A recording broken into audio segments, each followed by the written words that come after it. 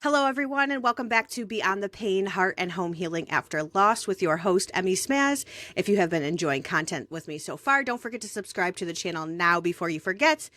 Okay, listen, I have the coolest guest here with me today. This girl is freaking awesome. She is not only a bench world champion, she is a Gymshark athlete, has pretty close to, if my math is correct, about 2 million followers across her social media platforms. And the coolest thing of all is we live across the street from each other. She is known as Joy's Fitness online. But please help me welcome to the show, Joy Rindfleisch. Thank you so much for being here, Joy. Did I say it right? Yes, you did. Yes. Thank you for having me. I'm so excited. Yeah, of course. And thank you for, I know it was such short notice that you agreed to come on. But I'm so excited to have you. So you have an incredible story to tell. I want to let you tell it from starting in the career of gymnastics when you were a kid, being knocked down, picking yourself back up after dealing with anxiety, depression, all of these things, rebranding, rebuilding yourself. Like, I want to hear the story. So if you can start from your career in gymnastics to where you are today, I want our listeners to hear that story. Okay, so I was a gymnast since I was 3 years old. My mom told me I was literally flipping out of the womb.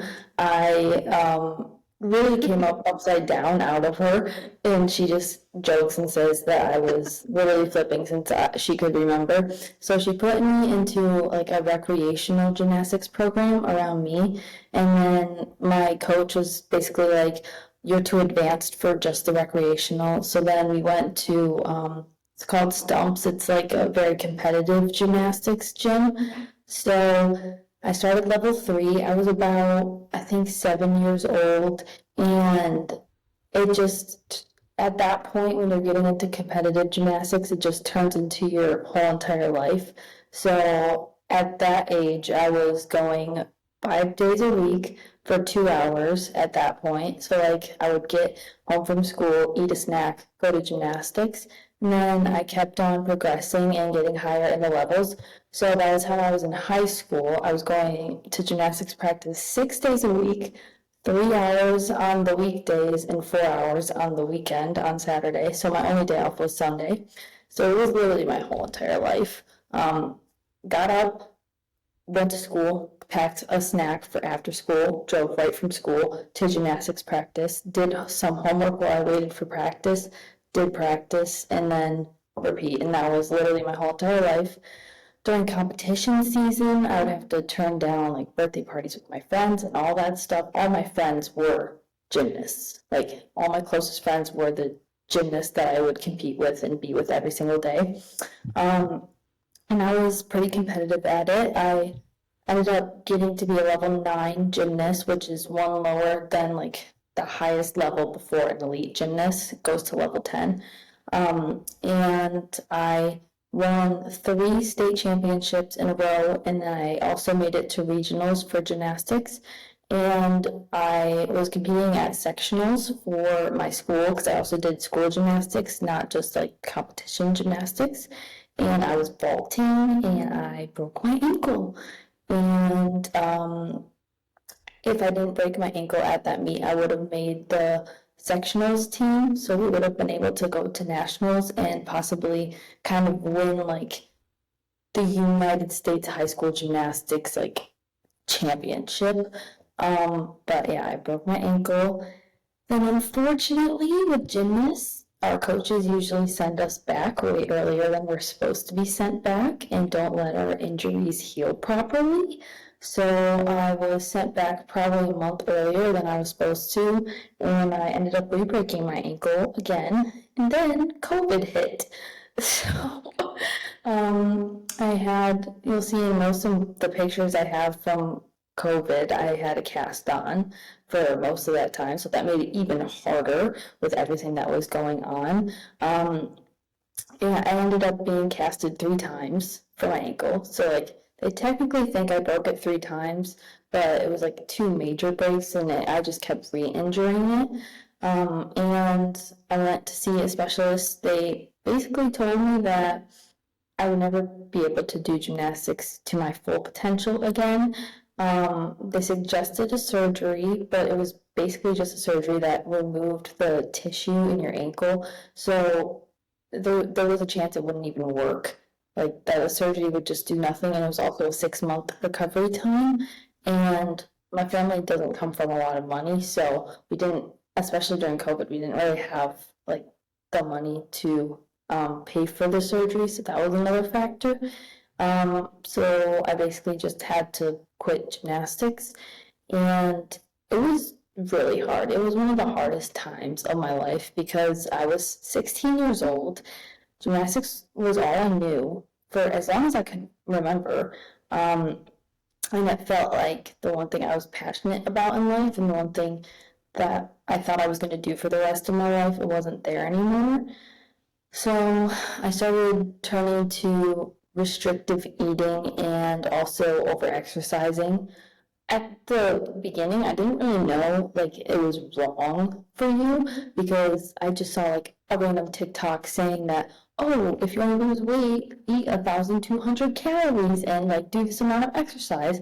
And I didn't know, for me, especially being 16, being already athletic, already having muscle, that was like way too low of an amount of calories to be eating. So I was eating that. I was probably running 4 miles a day. I was like really over exercising my body, and instead of like focusing on the pain from losing gymnastics, I was just focusing on what I could control. It's kind of how I explain it to people is losing gymnastics was out of my control, and I needed to find something I could feel in control with. So then I started to track my calories, become obsessed with that, become obsessed with exercising, obsessed with losing weight, obsessed with seeing the scale go down, because I was so obsessed with gymnastics. I was so like into that I needed to put that energy somewhere else, and I ended up not putting it into something good. And that's why even now, like, I advocate for mental health in athletes after they leave their sport, retired athletes. I've done projects in it in college. I've made posts about it because when I was going through that, I had nobody to like look at online because nobody was talking about it. I was just kind of on my own. Luckily, actually, before that, I went to an eating disorder therapist. It was really bad. She told me that, like, oh, you're eating too much protein, you're too muscular. And then I told my mom, I was like, I'm never going back to that place again. And I ended up wanting to become the strongest version of myself. So I feel like in a way it was bad what she said to me, but also it started my journey of wanting to prove her wrong, because that's one thing about me. I'll always want to like prove people wrong. So then I started going to the gym with my brother, and he was in football. So all he would do with his friends is like bench press. So I started going to the gym, and I was already strong because of gymnastics.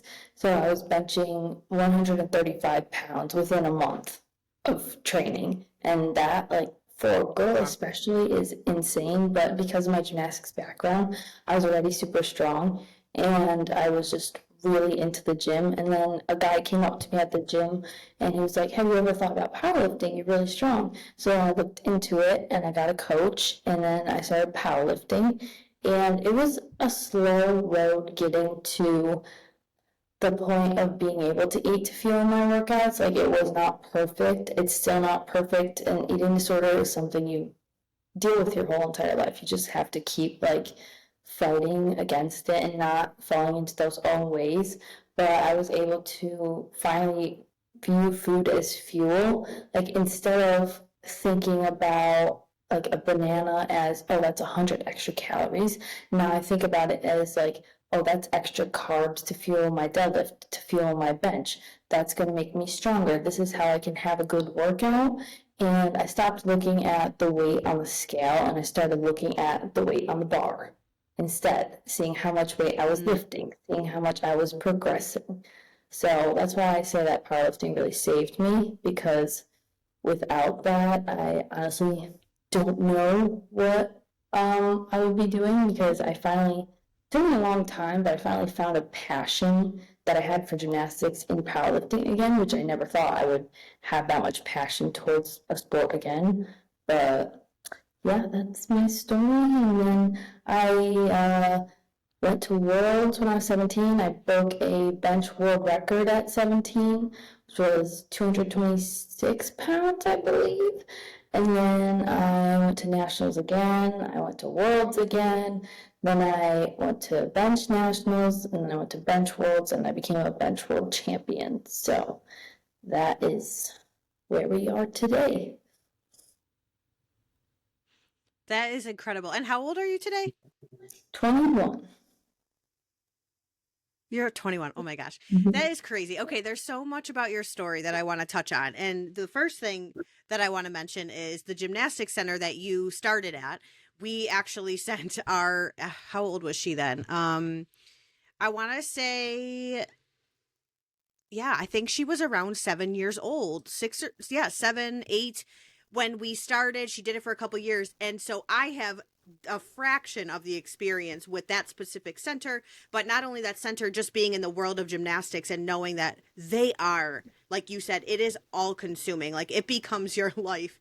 And that is actually one of the reasons we pulled her from it, because I was like, she didn't want to be, like, she wanted to be a gymnast, but she didn't want to be all in like they were wanting her to be all in.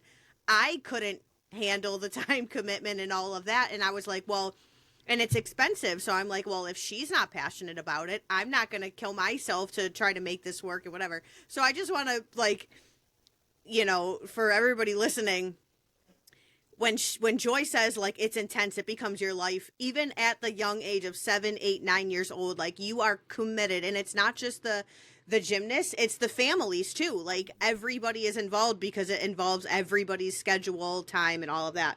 And so I can definitely attest to that. And the fact that you were so young when that happened, 16, breaking your ankle, like, you talk on Instagram specifically. That's where I get most of your content, because that's where I'm the most active.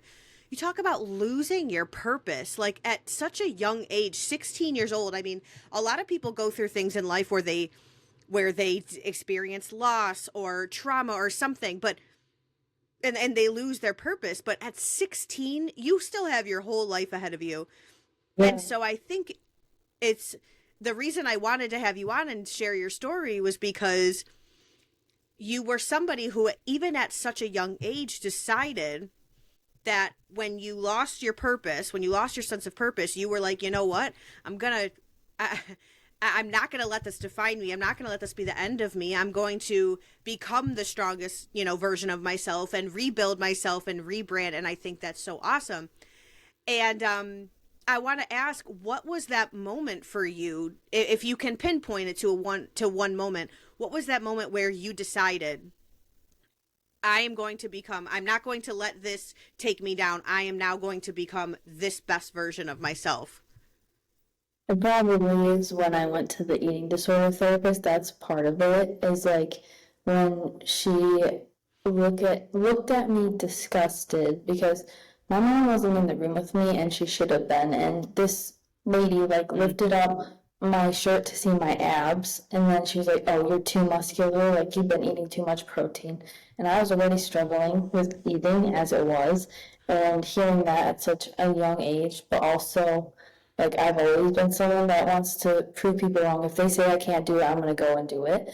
So after she said that, I was just like, well, I do want to be strong. I do want to have muscles. And this lady's telling me, like, to not do it. So I'm going to do it.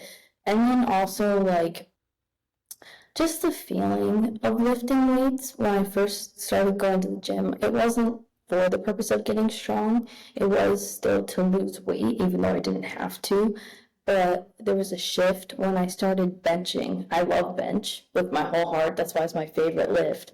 The moment I started benching, and like, I would look over to my right and I would be benching more than some of the guys my age, I was like, okay, like, I'm really strong. I can do this. I can be stronger and bench more than the guys. Like, that's really cool. And that was kind of the shift, instead of wanting to be super thin and skinny, it's like I can actually outlift the men to the right of me. So why not? Like, why not pursue this? Yeah, that is so cool. And I love that you were talking about shortly after you had broken your ankle and you were dealing with, lots of depression and anxiety about like we talked about losing your purpose. Where do I go from here? You talked about focusing on what you could eat because it was what was in your control. You couldn't control the fact that you broke your ankle, but I can control what I eat, so I'm going to become obsessed about restricting calories and overworking out. Like you said, you didn't realize it was bad, but I think part of that comes with when we deal, because you suffered a loss. It might not have been a loss of a human being, but you lost your whole life ahead of you, your whole career. That is a loss, and that comes with its own grief. Yeah, that's what I tell people is when I was going through that, I explain it as my first heartbreak. It wasn't a boy, but it was Hmm. gymnastics. And it took me Yeah. 2 years to get over it. Like, it took a long time, and I still miss gymnastics sometimes to this day, but it took me a good solid 2 years to be okay with that fact. I went through the process Hmm. of grieving in a different way with gymnastics, and it was really hard, but like, I don't know, it just gets better after that. But yeah, it's definitely a big loss in such a young person's life to have to deal with. And like, we're so young, we don't know how to deal with it. We have to figure it out on our own. So, Yeah, and it sounds like you turned to, the eating habits and trying to control what you were eating almost as like a distraction. You didn't realize it at the time. You kind of alluded to this when you were telling your story.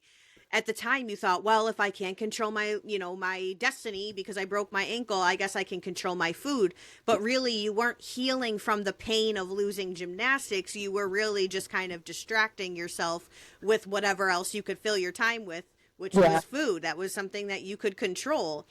And I would imagine you would agree. Now looking back, now you're not in this place anymore. But I think would you agree that looking back, that's a dangerous place to be, is when we're not focusing on healing from the pain of what we lost, but distracting ourselves with something else.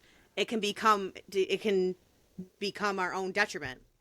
yeah, I definitely agree. And I think it took me a long time to realize that. And I think I was so young that, like, now that I'm 21, I know a lot about mental health. I know what you should do when you're put in a situation, even through life experiences like breakups and all of that. I know that you should heal from them first before you try and move on. And being that young, like, that's the first big thing I've ever went through. So I didn't have anyone telling me, oh, you should take a second and heal from this, and like, here are the right steps to take to heal from this loss. I just didn't know how to deal with it being so young. But it was definitely not a healthy way to Yeah, deal and with it. it's I know that. yeah. Well, and it's so wise of you to realize that most 21-year-olds, well, you were even younger back then, like can't piece that together. Like they don't see the fact that your mental health is suffering from such a what seems like, I'm going to use the word silly. It's not silly. It was your career, it was your future, it was your everything. But a silly thing like gymnastics to lose out on that, meaning for you it was everything. From outside perspective, people could look in and go, get over it, it's just gymnastics. But it's like you don't understand when it's your whole life, when you're not just losing a sport, you are losing your career, your future, all of these things. And so it's very wise.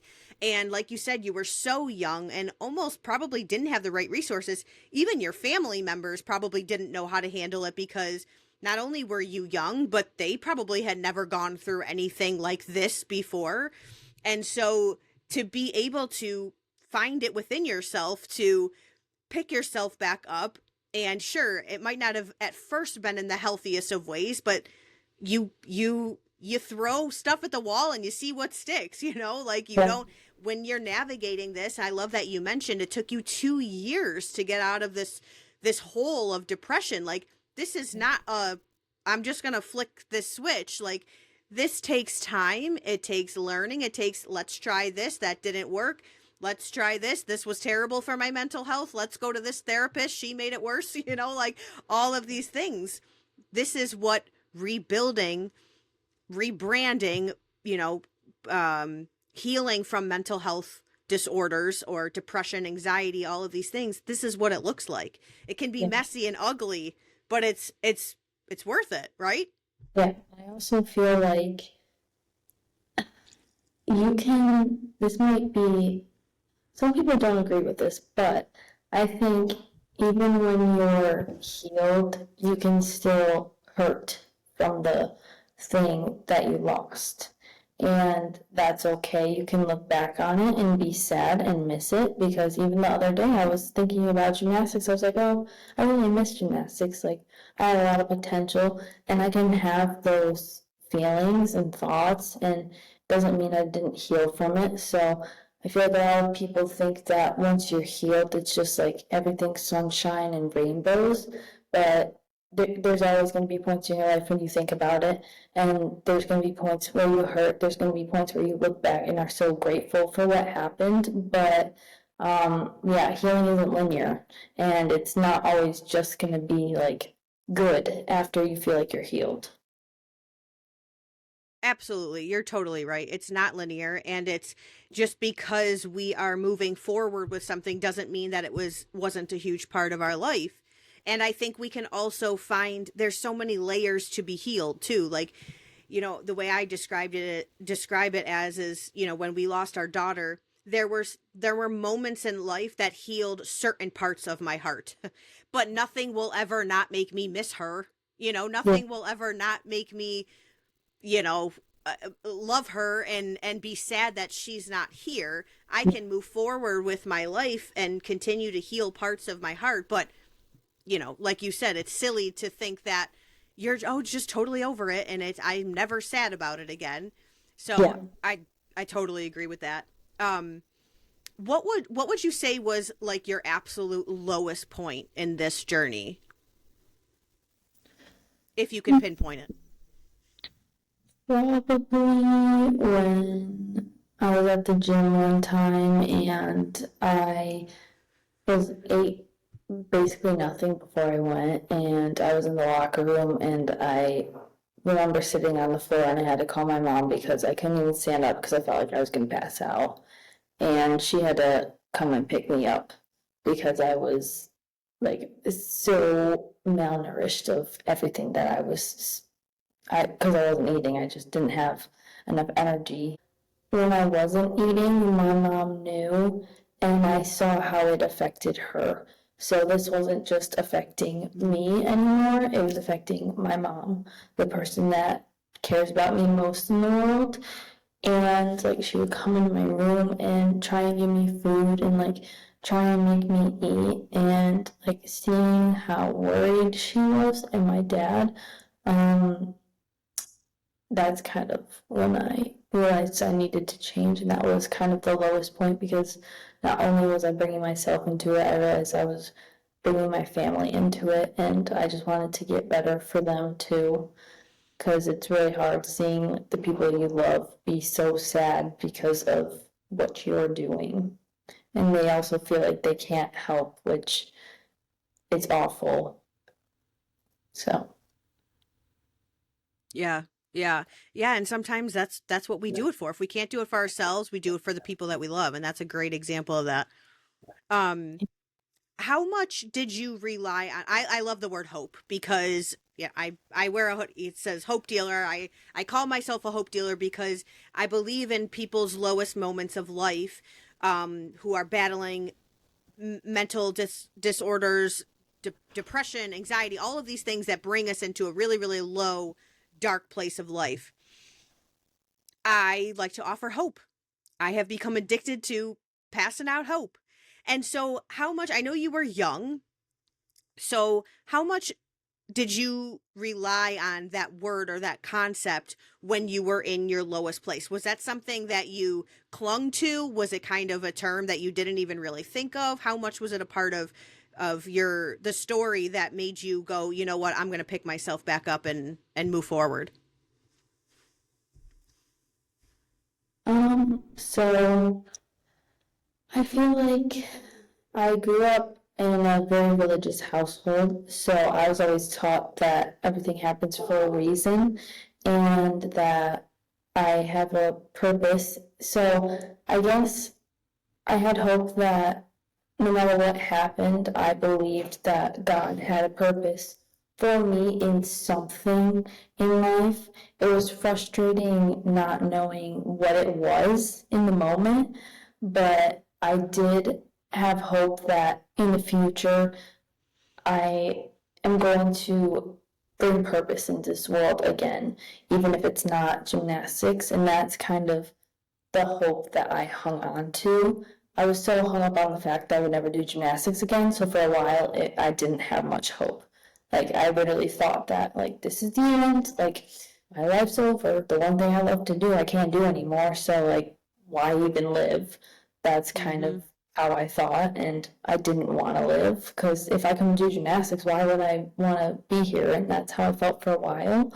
But and then I realized that, like, I I believe everyone was put on earth for a reason, and everyone really has a purpose, and you might not find your purpose till you're 70 years old, but I believe that everybody does have a purpose, so that's kind of what kept me going, is believing that there was a plan for me and a bigger picture in the future rather than what just happened to me when I was 16. And also, I think that now with what I do, going through all that at 16 has made me pretty mature for my age. I know how to deal with things a lot better. When conflicts come up in my life, I'm a lot stronger because of it, because it happened at such a young age. I have more perspective, I have more compassion and empathy, and like going back to the purpose thing, I go to Gymshark events, I talk to people, I have people tell me, you're the reason that I recovered from my eating disorder. You're the reason I started powerlifting. You're the reason I am starting to heal my mental health. I also went through an OCD episode when I was 19. It was not like true OCD. It was situational OCD just because of like this. I was under a lot of stress, so I had some situational OCD, and I was very open about it on my page. And I have people come up to me and be like, I don't hear anyone talk about OCD. Thank you for speaking out about it. I even had some people around home when I'm at my gym at home that come up to me and were like, thank you so much for talking about it. So now I look back on everything I've struggled with, and I can realize that I'm actually helping people, just like you're helping people, to not feel alone in those things and give them the tools to overcome those things. Yeah, and that's what it's all about, you know. When we go through these devastating times, we lose all that hope. It feels like, you said, you get to a point. I know you've been very open on your social media platforms, like you were suicidal. You were like, why would I live if I've lost everything? What's the point of living? And it's not until we can get to where, like you are today, where people are coming back to you and go, you are the reason I didn't give up. Your story is the reason that I have overcome, you know, an eating disorder or whatever terrible thing that they were going through. You can look back and go, this was worth it. You know, it was worth it to go through what I went through. It's really hard to see it in the moment, but when we're on the other side of it, we can look back and go, it's worth it. And so that's why I like to give out hope whenever I can, because I am also on the other side of it. That doesn't mean I've arrived or I'm perfect, or like we both described. It doesn't mean we're never sad or we aren't still dealing with the loss, but it just means that we're far enough on the other side of it to look back to all of the people who are struggling and going, please hang in there. There is hope. You do have purpose, and it's worth sticking it out for, you know? Yeah. I mean, that's And why I love you. well, I was just gonna say that's why I share my life online. Like, I'm vulnerable in not only the good times Mhm. but the bad, because I want to let people know that I've gone through struggles in my life and I came out on the other side, and to just keep going and not give up. Yeah, for sure. And so, okay, so when you decided to make that switch, I want to talk a little bit more practically now, because I think a lot of the people who are listening would love to hear, especially if they go and check out your social media channels. They're going to say, I want to do what this girl's doing. And I know you're a big advocate for saying, hey, this is what worked for me. I'm not necessarily saying it'll definitely work for you, but obviously you've made some awesome, health choices that have gotten you to be this insanely strong woman and, super cut and all these things. So I want to talk practically. So let's back up to, the day you decided, I want to make this change for myself. I want to become the strongest version of myself, not just the skinniest, but I want to become strong. I want to rebuild and all these things. What kind of like practical changes or like daily habits did you start making right at the beginning that led you to where you are today? Well, first I hired a powerlifting coach because I was kind of going to the gym not really knowing what I was doing. So if anyone's interested in powerlifting specifically, I hired a coach. And then I started tracking just my protein. So I decided to stop tracking calories, but it's really important that when you're trying to build muscle, you have to track your protein. So I was tracking my protein. I also would religiously drink a gallon of water a day. Because that's also really good for muscle recovery and just your body in general. I took creatine too. Creatine is really good for beginners in the gym. It helps fill out your muscle and just keep your muscles more hydrated, so that definitely helped. Um, I just started moving my body also for fun. Like I would honestly do some gymnastics tricks in the gym. Like they would have mats and stuff, so I would do handstands and I would do like fun tricks on the bars they had at the gym just to keep that little part in my life. I also started walking. I would get up in the morning and walk every morning, sometimes with my mom, sometimes just walk the dog, getting sunlight and being outside and moving my body, not just to track the steps that I'm walking, but to just move my body because it's good for me and it feels good. And then also just changing my mindset. I stopped weighing myself on the scale. We didn't have a scale in my house for probably, I think last year is the first time we got a scale back in our house because my mom didn't want me weighing myself and I didn't want to be weighing myself. So I just started focusing on the weight on the bar instead of my weight. I probably didn't weigh myself for like 2 years at least until I was um, cutting down for one of my powerlifting competitions. But yeah, I would say those are the things I started to do, and also posting on social media. That was kind of my outlet. I would just post my workout videos. It was fun for me. I liked making all the funny videos, being creative, like putting my life out there and progress out there. And it made me feel less alone, and it made me feel like people actually are enjoying what I'm doing and are learning from me. So those are some of the things I changed, like when I first really decided that I was going to recover. And so many of those things, I think people just tend to overcomplicate in this world of health and fitness. People think they have to stick to this super strict workout regimen, or they have to stick to this super strict diet, or whatever it is. But really, it's just about, like you said, changing your perspective on what a banana looks like. It's an extra 100 calories, but it's like, actually this is going to fuel me for my workout. Having that mindset shift and just finding something you like to do, literally just to move your body. I think people overcomplicate it so much, and really it's just like, just move. Just get up and move. Yeah, people But say I think like, the most important oh, go ahead. sorry.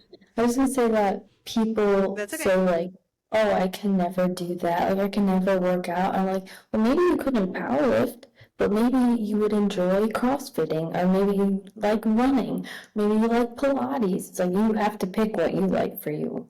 Yeah, For sure. I was going to say that next. Most of our listeners probably aren't going to be interested in powerlifting, and that's okay because that's not your point. Your point isn't become a powerlifter. Your point is find something that you enjoy, because if we are using movement and working out and things like that as a punishment, of course we're going to lose motivation to get up and do it if we are doing it to punish ourselves. And so it really is about finding something that you enjoy. But I think the most important thing that you just mentioned about the things that you changed, other than, again, these things are important: hydration, movement, eating healthier, all these things. But the most important thing you said was finding some sort of outlet that you could kind of track your journey and your progress.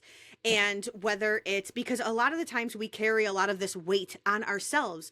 And the reason people go to counselors and therapists and psychologists and all these things is because there is something so, I don't know if uplifting is the word, but there's something so relieving to those who are going through something deep and a tough time, of just simply shifting that energy to someone else.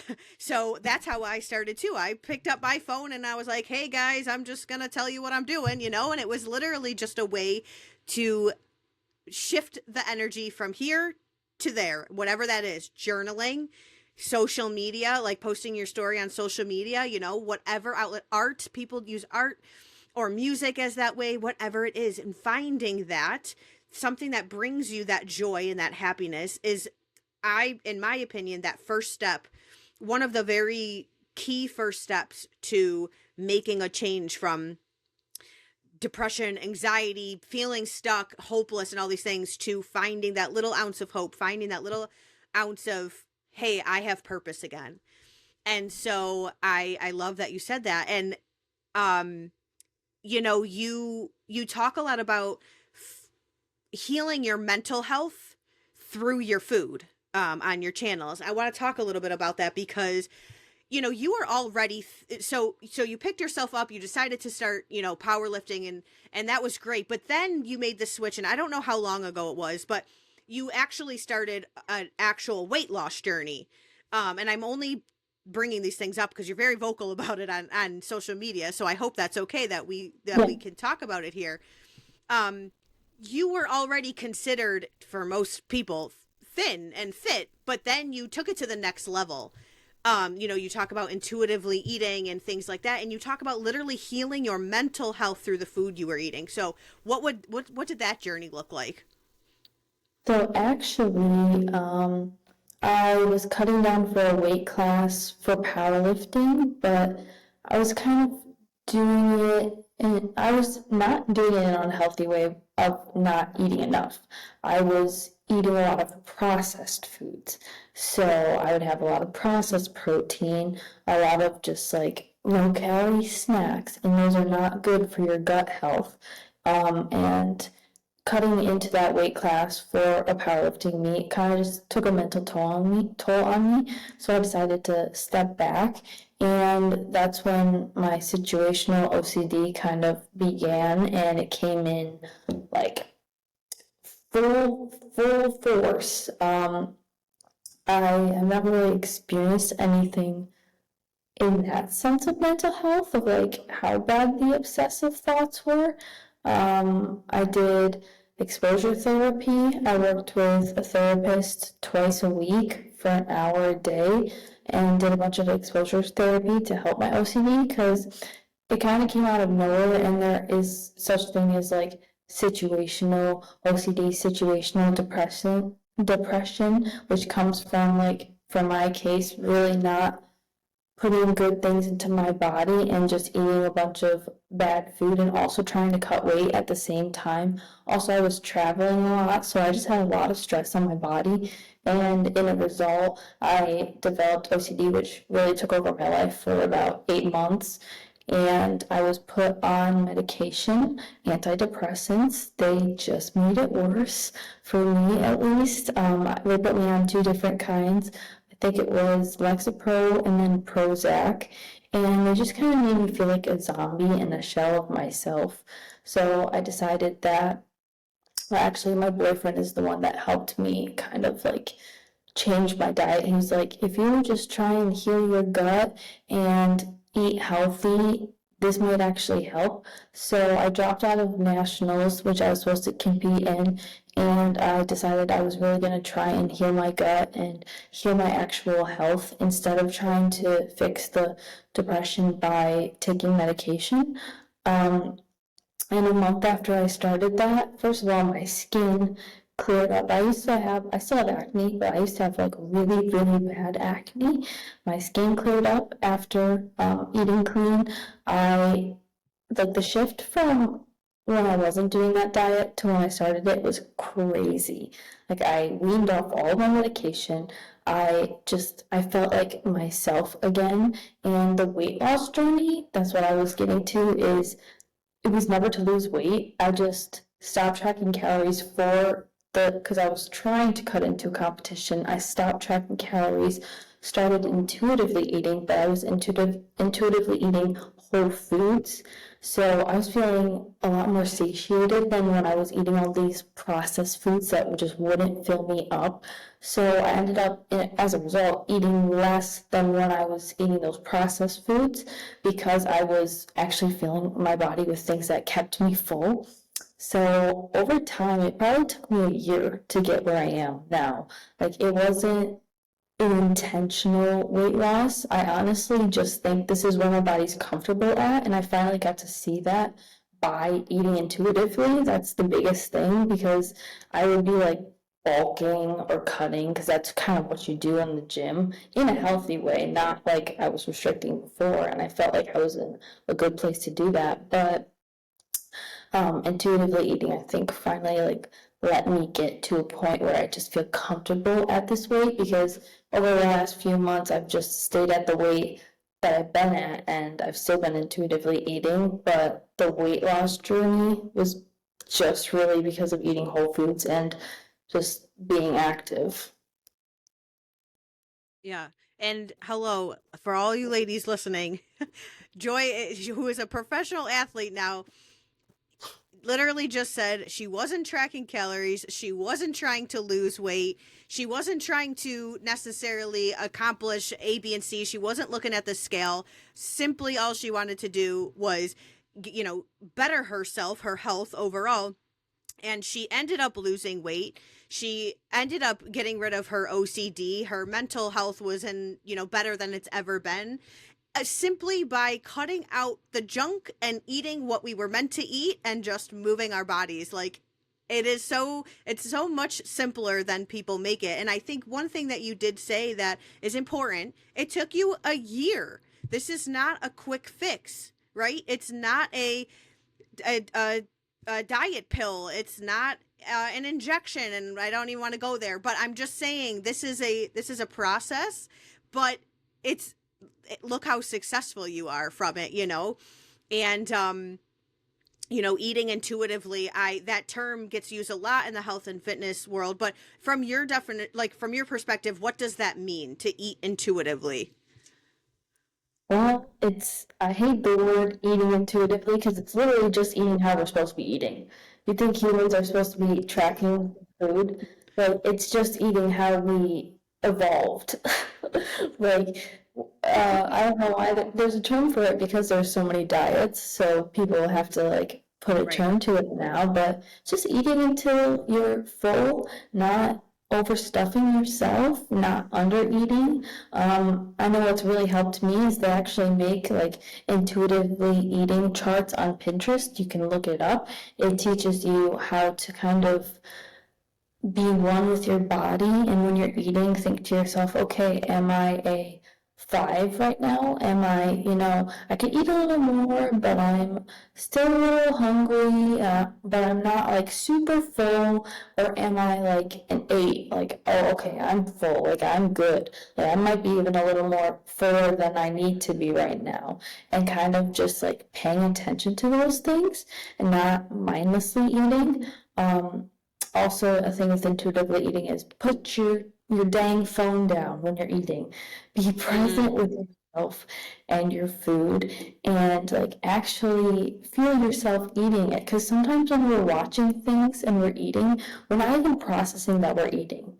So we're going to be still hungry if we're not even paying attention to the food that we're eating. So that's another thing that I like to do, is like really just being intentional with your food and sitting there, enjoying your meal, focusing on how your body feels.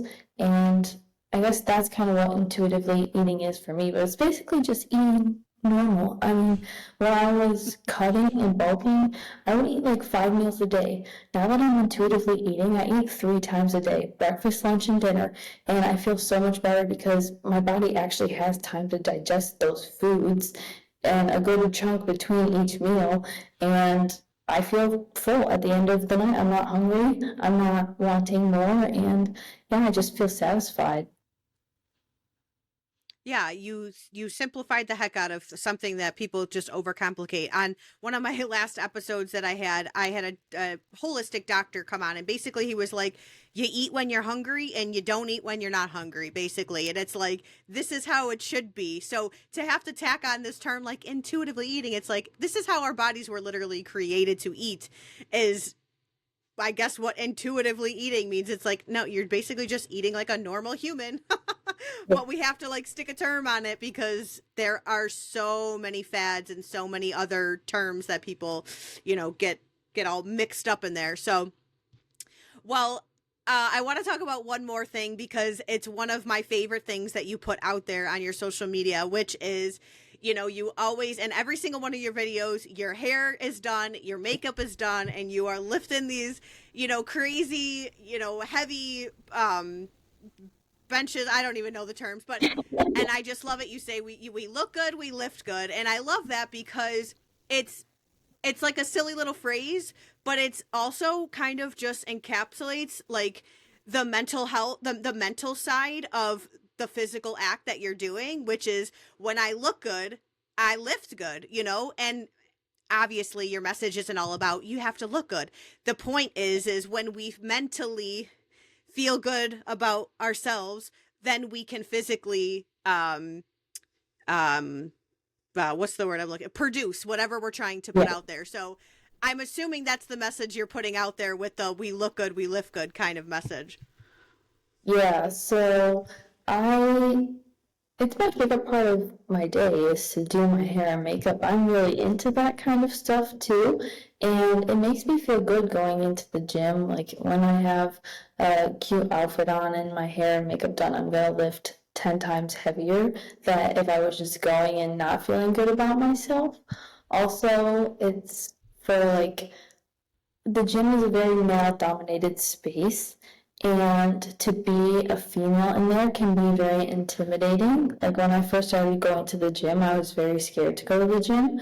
So now lifting as much as I do and feeling confident in the gym, it's kind of to show other women that you can still be feminine, you can lift weights, you can be in the men's section, and it's not that scary and you can do it. I like to say it's an expression of femininity in a male dominated space because you don't see a lot of girls in the like powerlifting area or the heavyweight section. So being able to express me and my feminine energy, because even though I'm strong, I'm very much a girl. I very much like to do my makeup and my hair, and I always have my nails done for when I'm lifting. It allows me to be me, and yeah, it just helps my mental state so much more because I just feel myself. Like if I'm not dressing up cute and I don't try for the gym, that just doesn't feel like me. So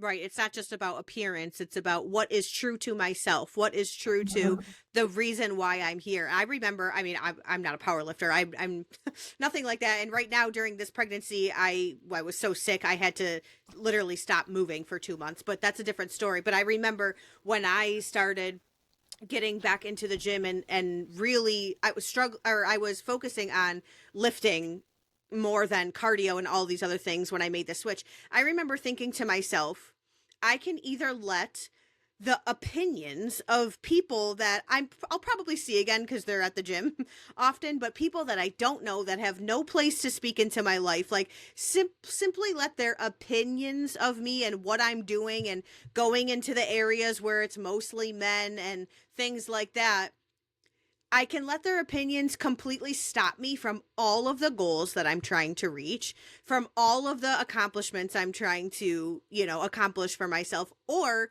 I can go, I don't care what any of you think about me. I have my goals in mind. I'm going to try this new workout. I'm going to try this new scary thing. Like I remember walking into the turf area of the gym for the first time. I will never forget this because it was the first time I wanted to do anything on the turf. I was always raised doing, cardio and, the elliptical, things like that. And I remember the first time I walked onto the turf and I was like, I'm going to pick up weights and bars and things I've never done before. And I don't care what anybody thinks. And it's so what's the word I'm looking for? Liberating when you decide like, I'm here for me, nobody else. And nobody else is going to remember me after I walk out of here. You think when you're in the gym, like everybody's looking at me. And maybe in your case they are because you're this, tiny little girl who's benching these things. But most of us, nobody's looking at us.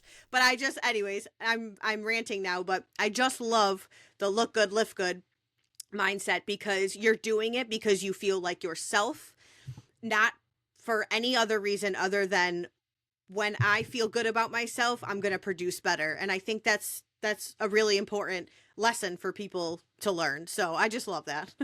Well, it's awesome because it actually kind of started to trend over the last, I think, 2 years I've been doing it.